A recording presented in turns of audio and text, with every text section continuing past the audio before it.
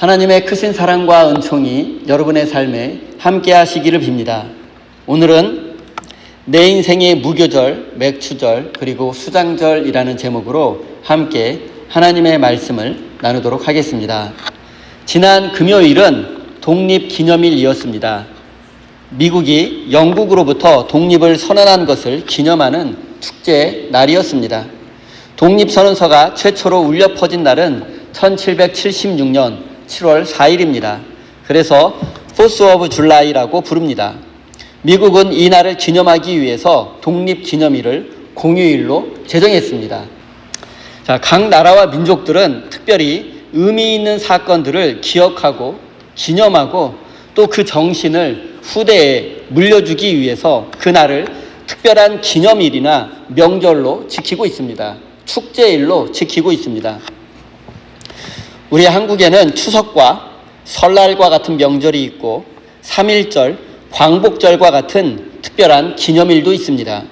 이 날들은 우리 민족에게 특별한 의미가 있는 날이기에 공휴일로 지정해서 그 의미를 되새기며 후대에 전하기 위해서 여러 가지 각종 행사들이 개최되곤 합니다.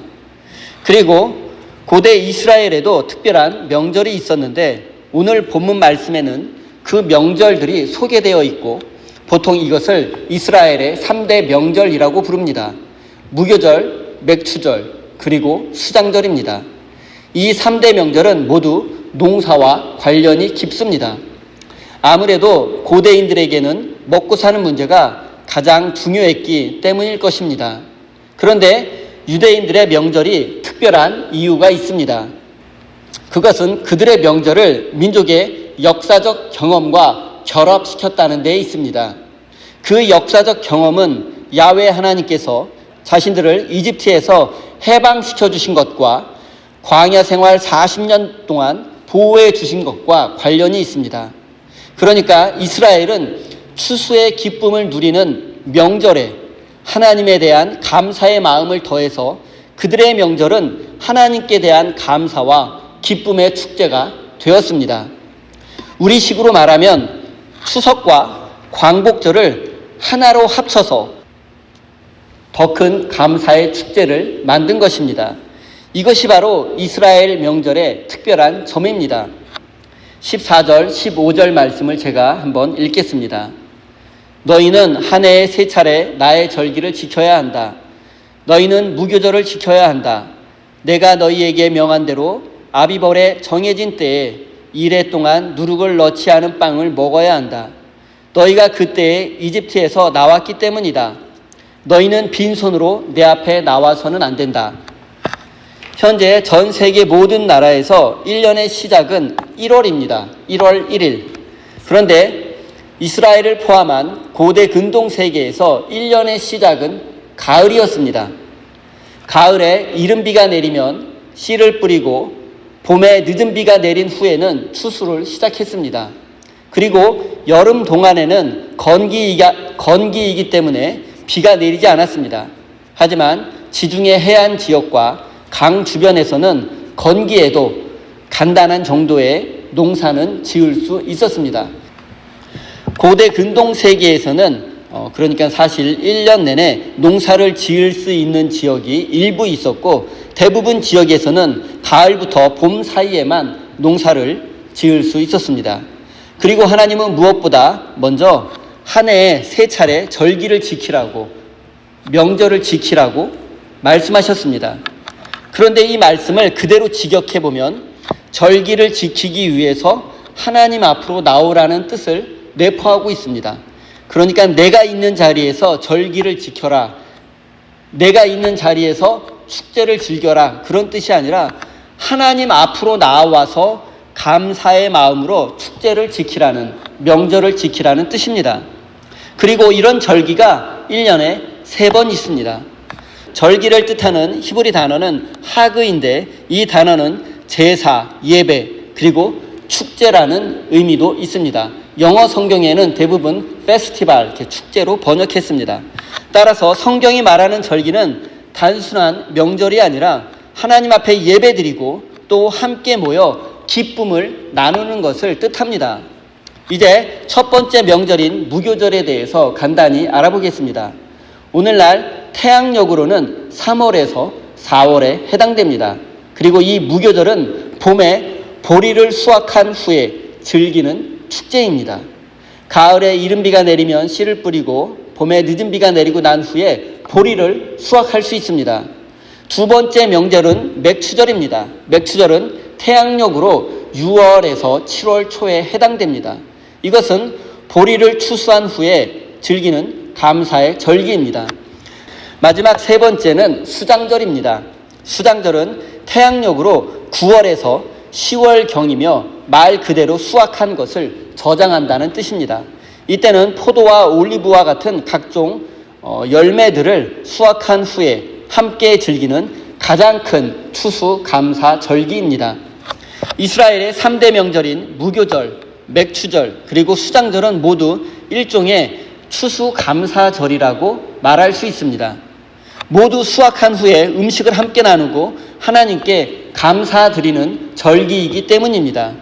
그리고 이 3대 절기의 핵심은 누가 뭐래도 하나님을 향한 감사입니다. 이것은 농사의 수확이 자신들의 힘만으로 되는 것이 아니라 하나님의 도움과 은혜가 있었음을 믿음으로 고백하는 것입니다. 고대 근동 세계에서 농사의 가장 중요한 요소는 자연 환경과 날씨였습니다. 기름진 땅과 때에 따라 내리는 비가 농사의 성공과 실패를 결정짓는 핵심적 요소였습니다. 더군다나 오늘날과 같이 비료나 농기구가 발달하지 못했던 당시에는 땅과 비가 가장 중요했습니다. 백성들이 씨를 뿌리며 농사를 지을 때 이른 비와 늦은 비가 때에 맞춰 내리지 않는다면 아무것도 수확할 수 없고 그들의 노력은 말 그대로 헛수고가 될 수밖에 없습니다. 이런 사실을 경험적으로 잘 알고 있었던 이스라엘 백성들은 풍성한 수확이 자신들의 노력에 의한 것이 아니라 오직 하나님의 은혜였음을 알고 있었습니다. 그들은 하나님께서 가나안이라는 풍요로운 땅을 주셨고 또 때에 따라 이른 비와 늦은 비를 내려주신다고 믿었습니다. 그래서 그들은 수확할 때마다 하나님께 감사의 예배를 드렸던 것입니다. 그리고 그 감사의 예배가 바로 무교절, 맥추절, 그리고 수장절입니다. 오늘날 현대인들은 첨단 과학시대를 살고 있으며 도시에서 대부분 생활합니다. 전 세계적으로 농촌의 인구는 점점 줄어들고 있습니다. 그래서 고대 이스라엘 백성들이 하나님께 드렸던 감사를 느끼기가 어렵습니다. 그러나 생각해보면 오늘 우리가 누리고 있는 모든 것들은 하나님으로부터 온 것이거나 하나님께서 주신 것입니다. 사실 지금 우리가 소유하고 누리고 성취한 모든 것들은 우리의 노력만으로 된 것은 아닙니다. 부자가 되기 위해서 가장 중요한 것은 부자 나라에서 태어나는 것이다 라는 말이 있습니다. 저는 이 말에 전적으로 동의하지는 않지만 일단 일리는 있습니다. 노르웨이와 같은 북유럽 복지국가에서 태어난다면 적어도 평생 동안 먹고 사는 문제는 걱정하지 않아도 됩니다. 그리고 우리 인생을 되돌아보기만 하더라도 사실 우리는 우리의 노력과 능력보다 더 과도한 것을 누리고 있습니다. 누군가는 운이 좋았다라고도 할 수 있지만 사실 이 모든 것은 하나님의 은혜입니다. 태양과 공기와 물 그리고 아름다운 자연은 내 것이 아닙니다. 내 노력에 의해서 나에게 주어진 것이 아닙니다. 하지만 우리는 그것의 혜택을 누리며 살고 있습니다.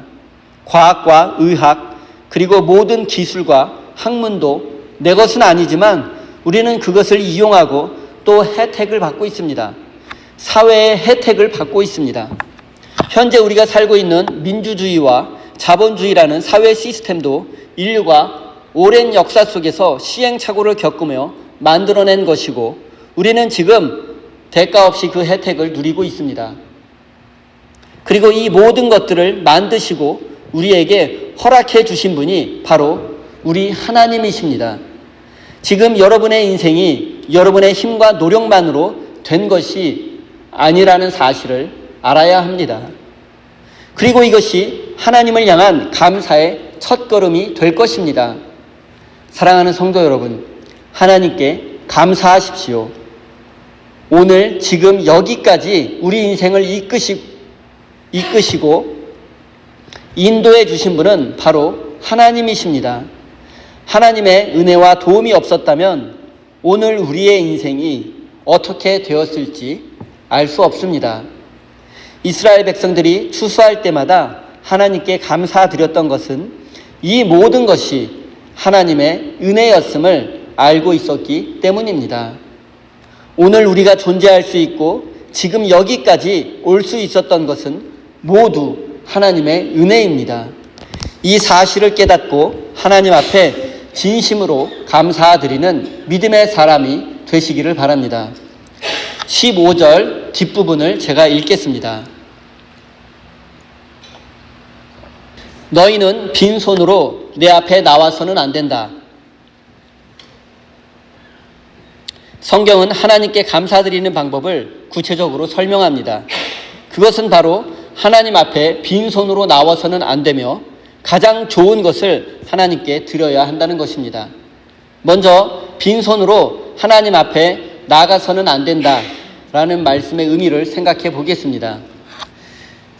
지금 이 순간은 수확을 마치고 풍성한 열매를 추수한 상황입니다. 이 세 명절 모두가 추수감사절이니까 추수를 다 마친 후에 지금 넉넉한 상황입니다. 그리고 이 모든 것이 하나님의 은혜임을 알고 있습니다.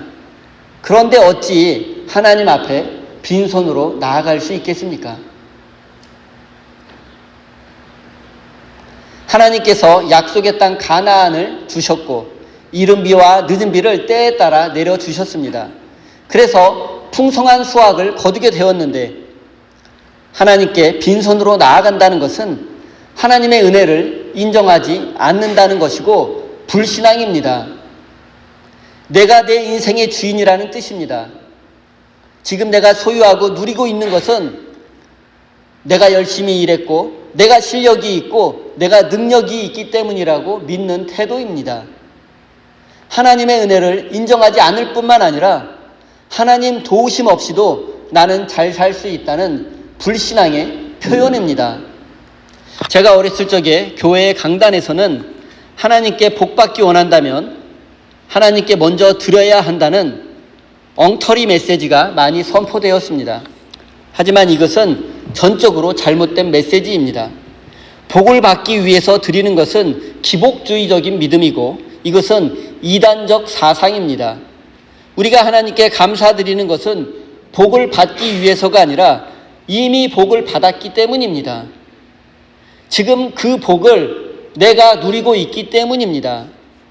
우리가 지금 여기까지 올 수 있었던 것도 지금 우리가 소유하고 누리고 있는 모든 것도 사실 하나님의 은혜 때문입니다.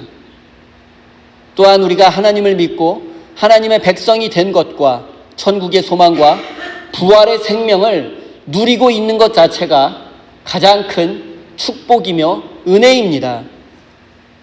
우리가 이 큰 은혜와 축복을 받았음에도 우리의 삶에 감격과 기쁨이 없고 감사가 없다면 하나님 앞에 빈손으로만 나아간다면 우리의 믿음이 진짜인지 한번 진지하게 생각해 보아야 할 것입니다. 19절 앞부분 말씀을 제가 읽겠습니다. 너희는 너희 땅에서 난 첫 열매 가운데서 제일 좋은 것을 주 너희 하나님의 집으로 가져와야 한다.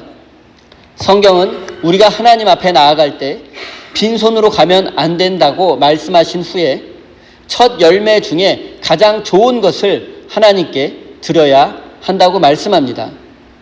앞서 말씀드린 것처럼 지금 이 상황은 추수한 후에 많은 과일과 곡식을 수확한 후에 하나님 앞에 나아가는 상황입니다. 이때 우리는 무엇보다 감사한 마음으로 나아가야 합니다. 그리고 동시에 빈손으로 나아가서는 안 됩니다. 반드시 추수한 것 중에 가장 좋은 것을 가지고 하나님 앞에 드려야만 합니다. 그런데 이것은 하나님께서 인간의 열매가 필요하기 때문에 바치라고 말씀하는 것이 아닙니다. 하나님도 곡식이 필요하고 하나님도 돈이 필요하니까 하나님이 헌금해라, 곡식을 바쳐라, 제일 좋은 거 갖고 와라, 하나님이 그렇게 말씀하시는 분이 아닙니다. 하나님은 우리가 바치지 않아도 충분하십니다. 하나님은 넉넉하십니다. 성경이 하나님께 가장 좋은 것을 드리라고 명령하는 이유는 하나님께서 우리 인생의 주인이심을 잊지 말라는 뜻입니다. 지금 내가 소유하고 누리고 있는 모든 것, 내가 성취한 모든 것의 주인은 하나님이라고 성경은 강조하고 있는 것입니다. 우리가 우리의 가장 소중한 것을 하나님 앞에 드릴 때, 그때 우리는 하나님께서 우리 인생의 가장 소중한 분이며 우리 인생의 주인이라는 사실을 깨닫게 됩니다. 내가 움켜쥐고 있으면, 하나님 앞에 바치지 않으면, 그러면서도 하나님을 내 인생의 주인이라고 고백할 수 있습니까? 감사의 마음은 반드시 물질로 표현되어야 합니다. 하나님께 마음만 드려서는 안 됩니다. 우리의 재물이 있는 곳에 우리의 마음도 있는 법입니다. 마음으로만 감사하고 마음만 있으면 된다는 생각은 진짜가 아니고 그런 것은 믿음도 아닙니다. 오늘날 현대인들 중에 농사를 짓는 경우는 매우 적습니다. 그래서 추수한 후에 하나님께 가장 좋은 것을 바치라는 말씀이 실감나지 않는다고 할 수도 있습니다. 하지만 가장 좋은 것을 하나님께 드린다는 것은 오늘 우리의 삶에 이렇게 적용할 수 있습니다. 기본적으로 자본주의 사회에서는 두 가지 종류의 소득이 있습니다. 근로소득과 자본소득입니다. 근로소득은 말 그대로 일해서 받는 월급입니다. 내가 일해서 번 돈입니다. 자본소득은 주식과 채권 그리고 부동산 가치 상승으로 인한 소득입니다. 우리에게 근로소득이든 자본소득이든 어떤 종류의 소득이 있다면 반드시 하나님 앞에 감사한 마음으로 어떤 종류로든 헌신하고 헌금하고 하나님 앞에 바쳐야 합니다. 일정 부분을 감사한 마음으로 하나님 앞에 드릴 수 있어야 합니다. 한국교회 성도들은 일반적으로 근로소득에 대해서는 헌금을 잘 하는 편인데 유독 자본소득에 대해서는 하나님께 드리지 않는 경향이 있습니다. 주식과 부동산과 같은 자본소득 그리고 마지막 순간의 유산에 대해서는 하나님께 아예 드리지 않기로 작정한 것 같습니다. 자본소득과 유산까지도 일정 부분 하나님 앞에 드려야 한다는 것이 성경의 명령이고 성경의 정신입니다. 이 사실을 잊지 마십시오. 여러분, 그리고 우리는 인생의 중요한 순간, 중요한 이벤트가 있을 때에도 하나님께 드릴 줄 알아야 합니다. 결혼이나 출산과 같은 인생의 중요한 순간에 하나님께 감사의 예물을 드릴 줄 알아야 합니다. 사회 경제적으로 중요한 순간에도 하나님께 드릴 수 있어야 합니다. 승진이나 사업의 성공 또는 갑자기 상승했을 때, 주식이 갑자기 뭐 그런 벼락 맞았을 때 뭐 그런 경우도 있잖아요. 또 예기치 못한 축복의 순간에 여러분, 우리는 감사한 마음으로 하나님 앞에 드릴 수 있어야 합니다. 우리가 하나님께 감사한다고 하면서도 모든 것이 하나님의 은혜라고 하면서도 하나님께 아무것도 드리지 않는다면 그것은 모두 새빨간 거짓말입니다. 그것은 진짜 감사가 아니고 진실한 믿음도 아닙니다. 말뿐인 감사는 거짓말입니다. 하나님께 드릴 물질이 없다면 시간과 정성과 재능과 그 무엇이라도 하나님 앞에 헌신하십시오. 하나님께서 기뻐 받으시는 것은 많은 재물, 큰 액수가 아니라 마음과 정성이 담긴 소중한 것입니다.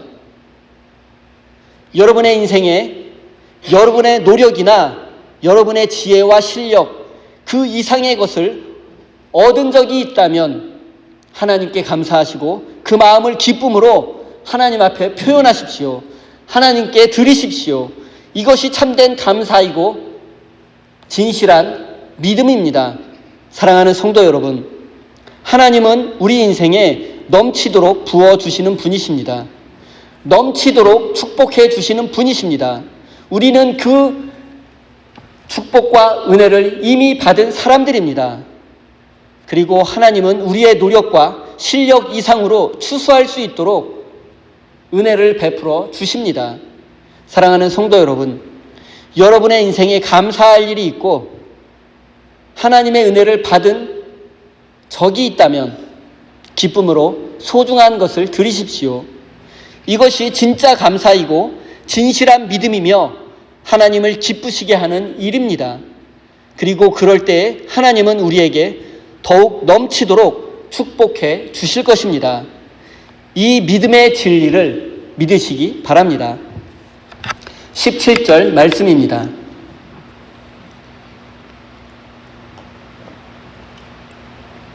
너희 가운데 남자들은 모두 한 해에 3번 주 하나님 앞에 나와야 한다. 남자들만 나오라고 해서 실제로 문자 그대로 남자들만 나오라는 뜻은 아닙니다. 남자들은 나와야 할 법적인 책임이 있다는 뜻이에요. 더 강한 의무가, 듀티가 부여된 것일 뿐입니다. 여자와 아이들도 병행 성경 구절에 보면 여자와 아이들 온 가족이 하나님께 나오라는 말씀도 있습니다. 하나님은 이스라엘 백성들에게 1년에 3번 무교절, 맥추절, 그리고 수장절, 이 3번의 명절에 하나님 앞에 나와야 한다고 말씀합니다. 즉 3번의 명절에 성전으로 와야 한다는 뜻입니다. 출애굽 공동체에게는 성막이 될 것이고 가나안에 정착한 후로는 예루살렘 성전을 의미합니다. 그런데 한번 생각해 보십시오. 고대 이스라엘이 위치한 가나안 지역은 대부분 산악지대와 광야 그리고 약간의 해안 평야가 있을 뿐입니다. 교통수단과 도로가 발달하지 않은 당시에 시골에 사는 백성들이 1년에 3번 예루살렘 성전을 방문한다는 것은 현실적으로 쉽지 않습니다. 근데 여러분, 예수님 당시 갈릴리 지역을 제가 예로 한번 들어볼게요. 예수님 당시에 갈릴리에서 예루살렘으로 이동하는 데는 대략 편도 일주일이 걸렸습니다. 그런데 가는데 일주일, 도착해서 또 일주일 명절을 지키고 또 돌아오는데 일주일, 합하면 3주일입니다. 대략 한 달 가까이 소요됩니다. 이스라엘 지역을 벗어나 시리아나 이집트의 알렉산드리아 또 안디옥 같은 지역에 이민 가서 해외에 거주하는 유대인들이 예루살렘을 한번 방문하려면 여러 달과 많은 여행 경비가 필요합니다. 그래서 해외에 사는 유대인들은 평생에 한번 예루살렘에 방문해서 예루살렘 성전에서 유월절을 지키는 것이 평생의 소원일 정도입니다. 이런 이스라엘 백성들의 모습을 잘 표현하고 있는 시편이 바로 시편 84편입니다. 제가 몇 구절 읽겠습니다. 화면을 보겠습니다. 시편 84편 1절, 2절. 만군의 주님, 주님이 계신 곳이 얼마나 사랑스러운지요. 내 영혼이 주님의 궁전들을 그리워하고 사모합니다. 내 마음도 이 몸도 살아계신 하나님께 기쁨의 노래를 부릅니다.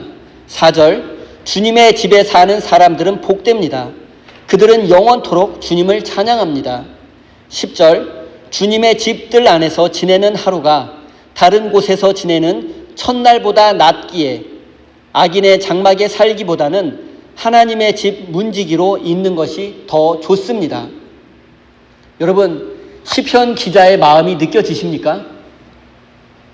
하나님의 성전을 사모하고 그리워하고 간절히 소망하는 그 마음이 느껴지십니까? 이스라엘 백성들은 험한 산과 골짜기를 지나 그리고 마른 광야를 지나 고생 끝에 예루살렘 성전에 도착할 수 있었습니다. 성전에 도착해 보니 너무 좋고 행복하기만 합니다. 성전을 떠나기가 싫습니다. 주님과 함께하는 시간이 가장 즐겁다는 고백입니다. 하나님을 만나고 예배하기 위해서 성전으로 가는 길은 비록 고생스럽고 위험하기는 하지만 또 많은 경비가 소요되기는 하지만 성전에 도착한 후에 하나님께 예배를 드리고 하나님의 은혜를 받고 난 후에는 집으로 돌아가기가 싫을 지경입니다. 다른 곳에서의 첫날보다 하나님과 함께 있는 하루가, 성전에서의 하루가 더 기쁘고 행복하다고 시편 기자는 고백합니다. 여러분에게 이러한 뜨거운 감사와 감격의 마음이 있으십니까? 무교절, 맥추절, 수장절, 1년에 3번 예루살렘 성전에 가서 하나님을 만나는 것은 오늘날 우리의 예배와 같습니다. 주일 예배와 같습니다. 우리들의 예배가 하나님 앞에 나아가는 것이기 때문입니다.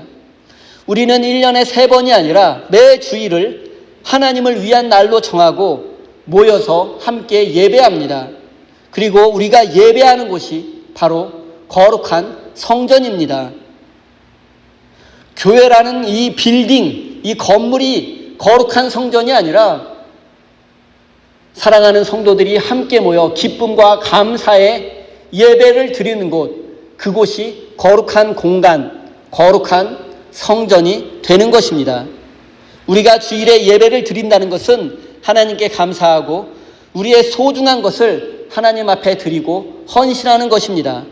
바쁘고 힘든 일상을 잠시 멈추고 주일에 예배하는 것이 쉽지 않을 수도 있습니다. 하나님 앞에 나아오려면 산과 골짜기를 지나야 하고 광야도 건너야 합니다. 어려운 형편에 하나님 앞에 드리고 헌신하는 것이 부담스러울 수도 있습니다. 또 하나님께 드리고 싶어도 바칠 것이 없을 때도 있습니다. 그렇다면 내가 드릴 수 있는 다른 것을 드리면 됩니다. 사랑하는 성도 여러분, 중요한 것은 하나님이 정하신 날에 하나님이 정하신 장소에 모여서 기쁨과 감사로 예배하는 것입니다. 이런저런 핑계와 이유를 대고 예배에 빠져서는 안 됩니다. 특별한 경우를 제외하고는 반드시 하나님 앞에 나와야 합니다. 힘들어도 상황이 어려워도 반드시 하나님 앞에 나와야 합니다. 하나님 앞에 나와야 은혜를 받고 축복을 받을 수 있기 때문입니다. 하나님의 말씀을 들어야 하나님의 뜻을 깨달을 수 있기 때문입니다. 하나님의 말씀을 통해서만 우리의 삶을 결단할 수 있고 우리의 삶이 새로워질 수 있기 때문입니다. 사랑하는 성도 여러분, 여러분만의 특별한 절기를 만드십시오. 여러분 인생에 무교절, 맥추절, 수장절을 정하고 그날을 감사와 기쁨으로 하나님 앞에 헌신하십시오. 여러분의 인생에 그 특별한 날에 하나님께 더욱 감사하십시오. 가장 소중한 것을 하나님 앞에 바치십시오. 사랑하는 우리 세임교회 성도 여러분, 하나님께 드리는 것이, 하나님 앞에 헌신하는 것이 여러분 인생에 가장 큰 기쁨이 되시기를 바랍니다. 또한 하나님 앞에 드리고 헌신하는 삶을 통해서 더 놀라운 하나님의 은혜와 축복을 누리시는 복된 인생이 되시기를 예수님의 이름으로 간절히 축원드립니다. 기도하겠습니다. 우리 인생의 무교절, 맥추절, 그리고 수장절과 같은 추수의 날을, 기쁨의 날을 허락하시는 주님께 감사드립니다. 하나님, 때로는 우리 인생이 허무함과 공허함에 빠질 때가 있습니다. 내 인생에 아무것도 남은 것이 없고 주변에 아무도 없는 것 같아 허무와 외로움을 느끼기도 합니다. 하지만 하나님은 우리에게 특별한 추수의 날을 허락해 주시고 많은 것을 추수할 수 있도록 이른 비와 늦은 비, 은혜의 단비를 베풀어 주셨습니다. 지금 우리에게 부족한 것, 없는 것에 집착하지 않게 하시고 남과의 비교를 멈추고 주님께서 베풀어 주신 은혜를 먼저 깨닫고 감사하게 해 주십시오. 그리고 하나님께 진심으로 감사하는 인생이 되게 해 주시고 내 인생의 가장 소중한 것을 기쁨으로 드릴 수 있는 믿음도 허락해 주십시오. 또한 매 주일이 특별하고 거룩한 날임을 깨닫게 하여 주시고 진실한 마음과 소중한 것을 가지고 하나님 앞으로 나와 예배할 수 있도록 우리의 삶을 인도해 주십시오. 사랑의 하나님, 이 시간 우리 성도들이 인생의 소중한 것을 하나님께 드립니다. 우리의 감사와 믿음이 담긴 것이오니 기쁘게 받아 주십시오. 그리고 저들의 인생 가운데 넘치도록 은혜를 베풀어 주시고 험한 세상 속에서 건강과 안전을 지켜 주십시오.